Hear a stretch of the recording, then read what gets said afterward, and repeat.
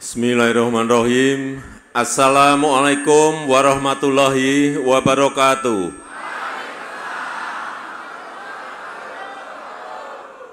Selamat siang, salam sejahtera bagi kita semuanya. Yang saya hormati para Menteri Kabinet Indonesia Maju, hadir bersama saya Pak Menteri Pertanian, Pak Menteri PUPR, Pak Menteri Perhubungan, yang saya hormati pimpinan dan anggota DPR RI,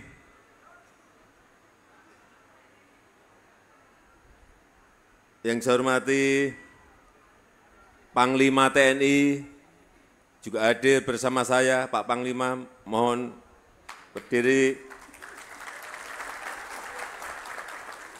Yang saya hormati Gubernur Jawa Tengah beserta para bupati, khususnya Bupati Banyumas.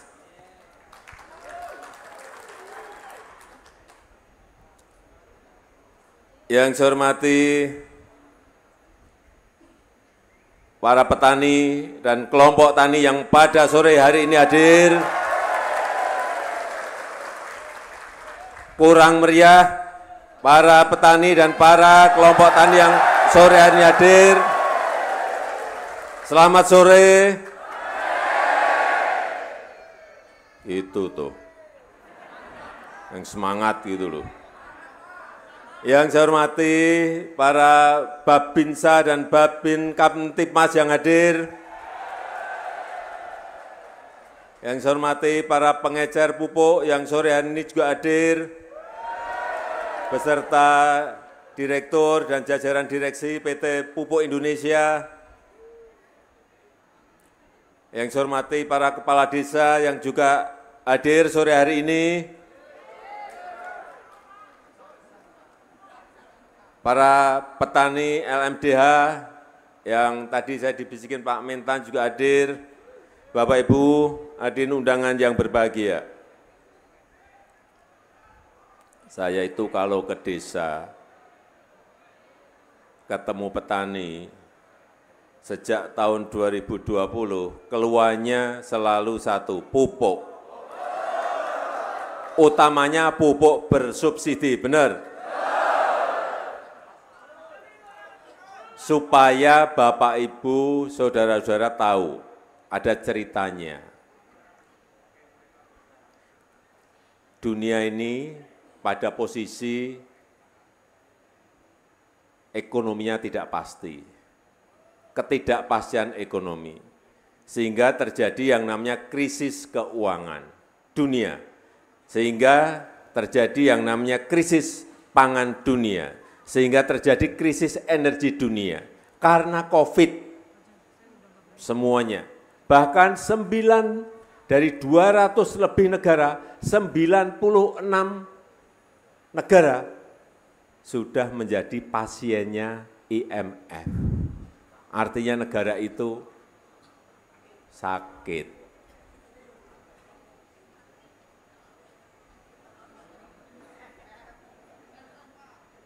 Supaya kita semuanya tahu, karena COVID itu menyebabkan banyak negara itu jatuh, tergelimpang karena ekonominya menjadi lemah. Keuangannya menjadi tidak baik. 96 negara, bayangkan. Hampir separuh negara di dunia sekarang ini kondisinya seperti itu. Kita wajib bersyukur, alhamdulillah setelah COVID ekonomi kita bisa bangkit kembali. Ini yang patut kita syukuri.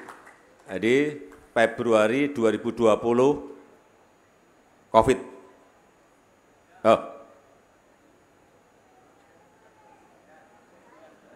Dan ditambah di awal 2020 juga muncul yang namanya perang di Ukraina. COVID-nya belum selesai, muncul perang di Ukraina, Rusia-Ukraina. Saya ke sana bulan Juni 2020. melihat secara langsung betapa perang itu memang sangat menjadikan penduduk dan warganya menderita. Kita juga wajib bersyukur, negara kita ini tentram, damai, tidak ada masalah. Benar? Ini wajib disyukuri loh, wajib disyukuri. COVID kita bisa bangkit, ada perang di negara maju. Perang Ukraina. Saya dulu berpikir, waktu ke Ukraina saya nggak berpikir dampaknya bisa ke semua negara. Ternyata apa yang terjadi? Gandum, waktu saya bertemu dengan Presiden Zelensky, Presiden Ukraina, dia cerita pada saya, Pak, di Ukraina ini ada 77 juta ton gandum berhenti, nggak bisa diekspor karena perang, karena pelabuhannya selalu dipakai bom-boman, sehingga keamanan kapal tidak terjamin, sehingga tidak berani ekspor, gandumnya berhenti di Ukraina. Setelah ketemu Presiden Zelensky, saya ketemu Presiden Rusia, Presiden Putin, 3 jam saya berbicara, dia juga ngomong, di Rusia ada 130 juta ton gandum berhenti tidak bisa diekspor. Artinya orang-orang di negara manapun yang makan gandum menjadi kehilangan makanan pokoknya. Bisa kita bayangkan, 77 plus 130 berarti 207 juta ton gandum itu berhenti di Rusia dan Ukraina. Saya berpikir saat itu alhamdulillah Indonesia makannya beras. Makanan pokoknya beras. Tetapi ternyata yang namanya pupuk itu bahan bakunya berasal dari Rusia dan Ukraina. Jangan diwu. Ini fakta. Sehingga barang ini juga sulit keluar dari Ukraina dan dari Rusia. Bahan bakunya tidak ada, berarti harganya itulah problemnya Bapak Ibu dan saudara-saudara sekalian. Ngoten loh. Inilah yang kemudian kita nabrak-nabrak berusaha agar bahan baku itu tercukupi. Tetapi juga yang namanya pupuk Indonesia itu adalah perusahaan. Kalau belinya di sana mahal, jualnya juga. Ceritanya kurang lebih seperti itu supaya kita tahu semuanya. Sehingga di 2024 ini, saya sudah ngomong ke Menteri Keuangan agar subsidi pupuk ditambahkan senilai angka hitung-hitungan kita 14 triliun harus ditambah.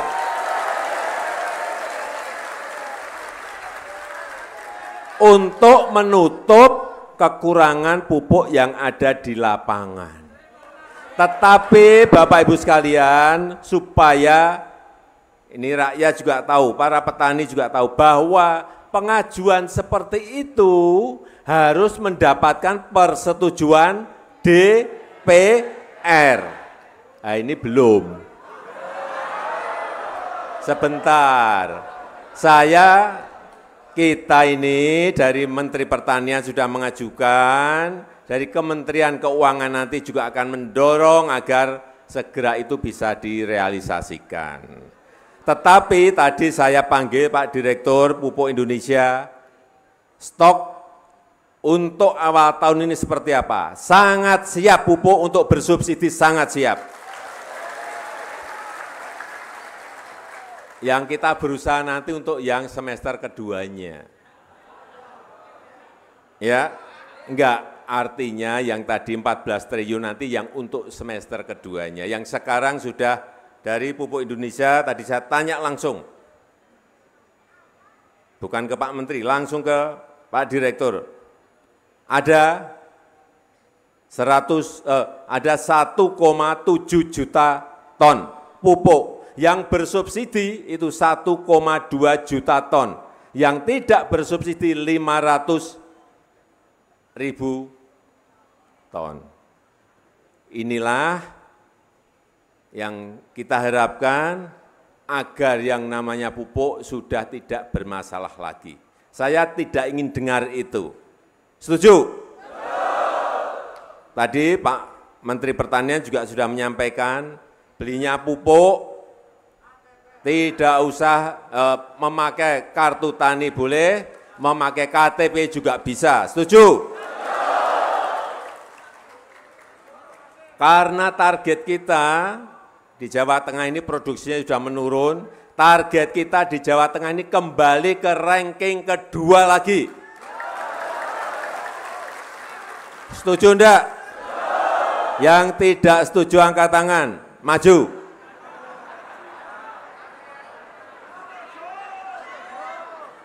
Setuju enggak? Setuju. Nah, ranking kedua lagi kembali ke awal. Ya. Nah, jadi agar produktivitas kita, produksi kita naik kembali.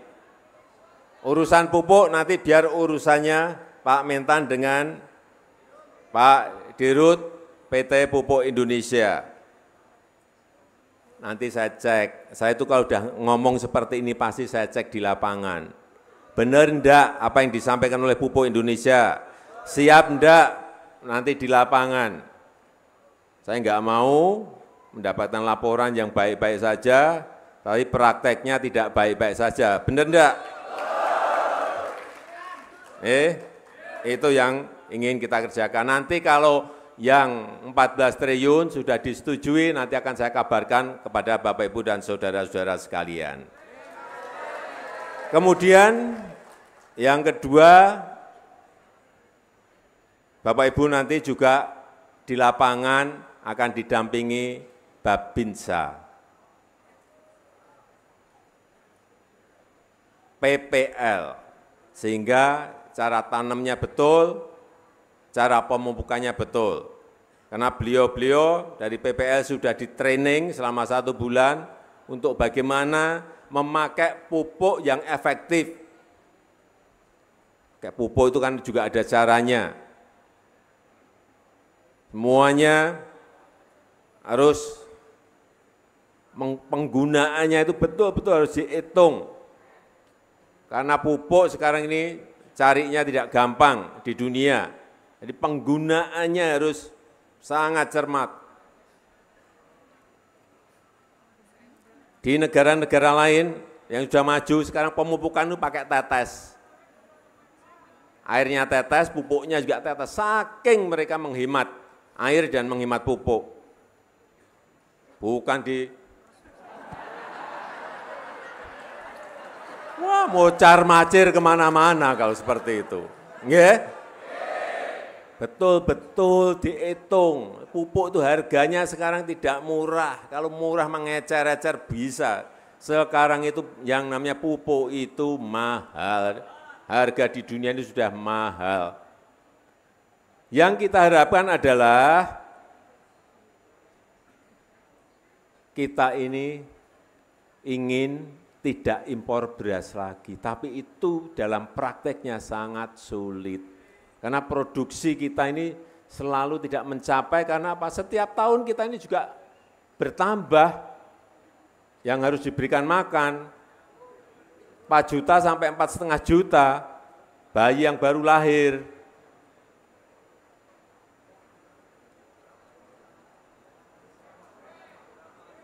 Semua butuh makan. Penduduk kita sekarang ini sudah hampir 280 juta jiwa. Semuanya butuh? Semuanya butuh?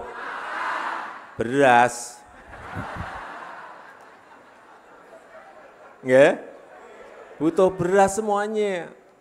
Tapi yang ketiga, alhamdulillah ini juga patut kita syukuri. Saya ingat di 2015, import jagung kita 3,8 juta ton. Sekarang tinggal 800.000.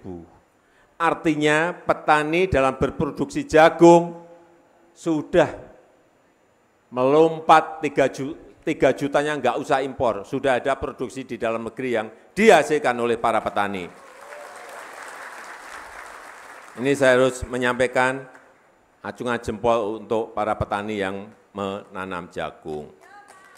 Sehingga yang padinya ini juga harus dikejar agar tidak impor. Tetapi ini saya tahu perlu tahapan.